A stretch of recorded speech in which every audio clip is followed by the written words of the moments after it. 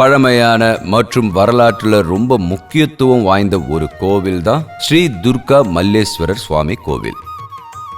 ஆந்திரா விஜயவாடா மாவட்டத்தில் இருக்கிற ஸ்ரீ கிருஷ்ணா நதி பக்கத்தில் இருக்கிற இந்திர கீலாத்ரி மலைக்கு மேல தான் இந்த கோவில் அமைஞ்சிருக்கு.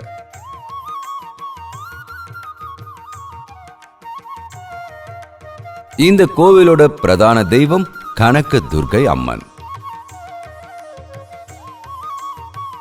துர்பூதங்களாலையும் அசுரர்களாலையும் தொந்தரவுகள் அதிகரிக்கும் போது தன் நாட்டு மக்களை காப்பாத்துறதுக்காக இந்திர கீல முனிவர் கடுமையான தவம் இருக்கும்போது அம்மன் பிரத்யட்சமானாங்க. அப்போ முனிவர் தன் தலையில இருந்து கொண்டு அசுரனை வதம் செய்யுமாறு அம்மன் கிட்ட வேண்டாரு.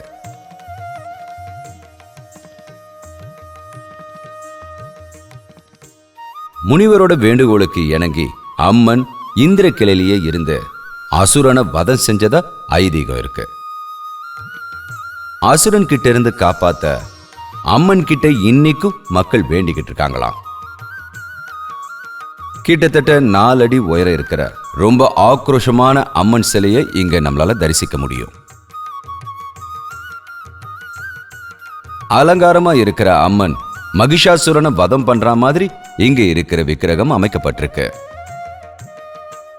8 கரங்கள்லயும் ஆயுதங்களை ஏந்திக்கிட்டு சம்ஹார ரூபிணியா இங்க அம்மன் காட்சி தராங்க. காளிகா புராண கதைகள்லயும் மற்ற கதைகள்லயும் இந்த அம்மனை பத்தி நிறையவே குறிப்பிடப்பட்டிருக்கு. புதுசா எழுதப்பட்ட புராண கதைகள்ல அம்மனை சுயம்புவா குறிப்பிடுறாங்க.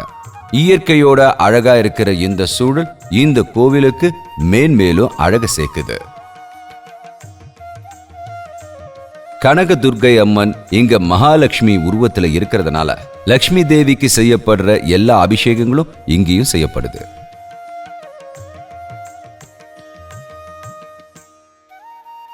ஆவணி மாசத்துல எல்லா வெள்ளிக்கிழமையிலையும் வரலட்சுமி நோன்பு பக்தியாவும் ரொம்ப நேர்த்தியாவும் கடைபிடிக்கப்படுது.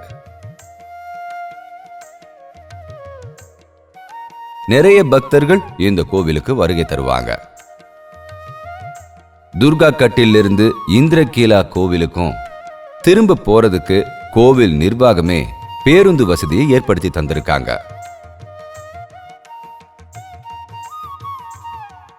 நவராத்திரி விழாவை இங்க ரொம்ப விசேஷமா பிரம்மாண்டமா கொண்டாடுவாங்க. தொடர்ந்து 3 நாட்களுக்கு நடைபெறும் விழாதான் ஷகம்பாரி உற்சவம். இந்த நேரத்துல கனக துர்கை அம்மன் பனசங்கரி அவதாரமா அலங்கரிக்கப்படுவாங்க. ஷகம்பாரி உற்சவத்துல பலவிதமான பயிர்களையும் தானியங்களையும் அம்மனுக்கு அர்ப்பணம் செய்வாங்க.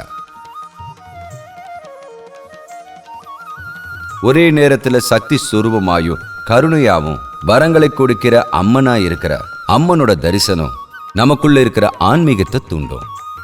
அன்னதானம் போன்ற புண்ணிய செயல்களால இந்த கோவிலோட புனிதமும் நன்மையும் நாளுக்கு நாள் அதிகமாயிட்டே இருக்கு.